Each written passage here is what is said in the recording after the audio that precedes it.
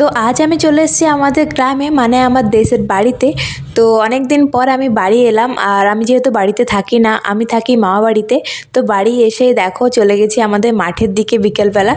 তো মাঠের দিকে গিয়ে একটু পুরো গ্রামটা ঘুরে দেখলাম সরষা ক্ষেত পাওয়ার জন্য, বাট সরষা গাছগুলো এখনও অনেক ছোট ছোট আছে।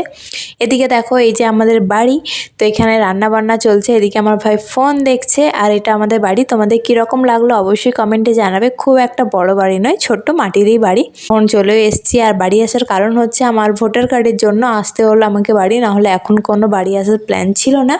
তো এই দেখো বাইরে উনুনের কাঠে রান্না হচ্ছে। আর তোমাদেরকে একটা জিনিস দেখাই, এই দেখো আমাদের বাড়ির একদম পোষা কুকুর। কুকুরটা এত ভালো আর গুলুমুলু এত মোটু ছোটো। তো কুকুরটাকে একটু আদর করে দিলাম। তারপরে দেখাচ্ছি আমাদের বাড়িতে ভেড়া আছে। এই যে দেখো একটা ভেড়া আছে, এর একটা বাচ্চা আছে, আর আমরা কিন্তু এটাকে ভেড়াই বলি। তোমরা কি বলো অবশ্যই কমেন্টে জানাতে পারছো। বাচ্চাটা এত কিউট, মুখটা দেখো, আমাকে দেখে পালিয়েই যাচ্ছে, আসছেই না কাছে। তো দেখো তারপরে চলে গেছিলাম একটু গ্রামের দিকে ঘোরাঘুরি করতে।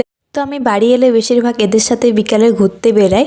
তো তারপরে তোমাদেরকে দেখাচ্ছি আমাদের গ্রামের ভিউটা বাইরের দিকে। দেখো একটা কেলান আছে কত সুন্দর, এটাতে সারা বছর জল যায়।